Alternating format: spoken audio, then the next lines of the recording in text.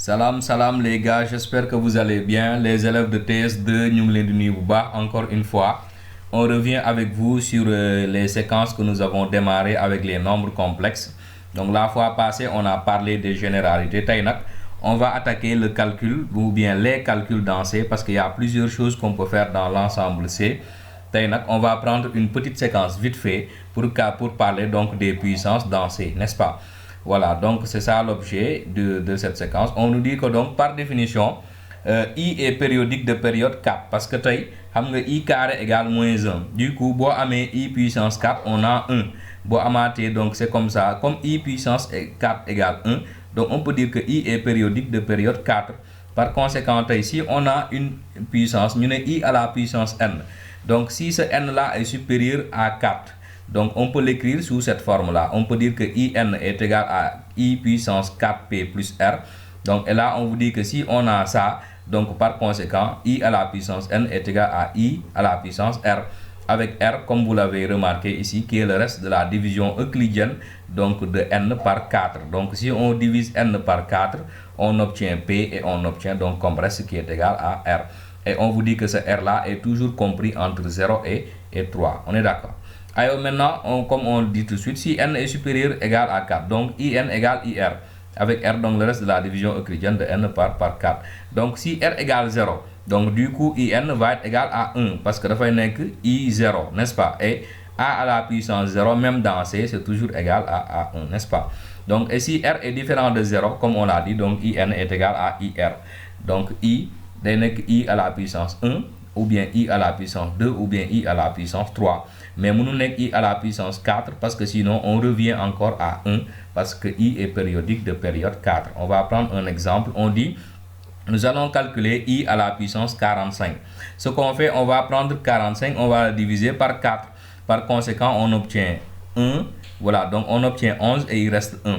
Par conséquent, comme le reste ici est égal à 1, donc I puissance 45, c'est la même chose que I à la puissance 1 et c'est égal à I. C'est aussi simple que ça, les gars, n'est-ce pas?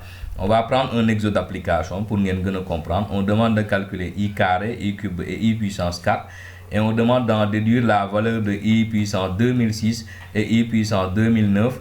Et on demande de déterminer les nombres entiers naturels tels que I puissance n soit un imaginaire pur, n'est-ce pas? Donc un imaginaire pur, donc n'a pas de partie réelle. Donc il n'a qu'une partie imaginaire. Alors donc pour la correction, donc on va dire I au carré c'est moins 1, I cube c'est moins I, et I puissance 4 c'est 1. On est d'accord? Comment en déduire donc la valeur de I puissance 2006 et I puissance 2009? On fait donc comme on l'a dit, on divise 2006 par 4. Et là on obtient 501 et ça fait 2006 égale 501 fois 4 plus 2. Donc I puissance 2006 les gars, c'est juste égal à I au carré et c'est égal à moins 1. C'est aussi simple que ça. Pour 2009 vitamine, on fait la même chose, on divise par 4. Et là, on obtient 502 fois 4 plus 1. Ça nous fait I 2009, donc est égal à I à la puissance 1. Et c'est égal à I. C'est aussi simple que ça.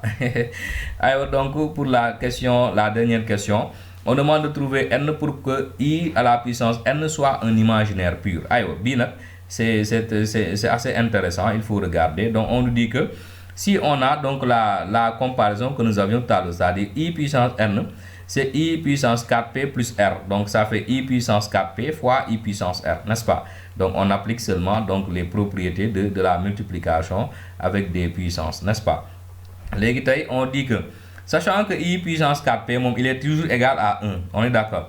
Donc la nature de I, qu'il soit imaginaire ou réel, va dépendre juste de R, on est d'accord? Donc on sait que si R égale 1, on aura donc, parce que si R égale 0, même 1 n'est-ce pas? Donc donc si R égale 1, on aura I à la puissance n est égal à I puissance 1, donc ça fait I, et c'est un imaginaire pur, n'est-ce pas? Si R égale 2, on a I à la puissance n est égal à moins 1, parce que I carré, ça fait moins 1, n'est-ce pas? Si R égale 3, donc I à la puissance n est égal à moins I, donc on aura un imaginaire pur dans deux cas, si R égale 1 et si R est égal à 3. Par conséquent, donc on a deux possibilités. Donc soit n est égal à 4P plus 1 ou bien n est égal à 4P plus 3. Donc l'ensemble donc des nombres ou bien l'ensemble des puissances n pour que I à la puissance n soit un imaginaire pur, donc c'est n qui est égal à 4p plus 1 ou bien n est égal à 4p plus 3. C'est aussi simple que ça les gars. J'espère que la séquence vous a plu et qu'elle vous a aidé. Voilà, si vous avez aimé, likez, partagez, commentez, revenez-nous avec vos commentaires.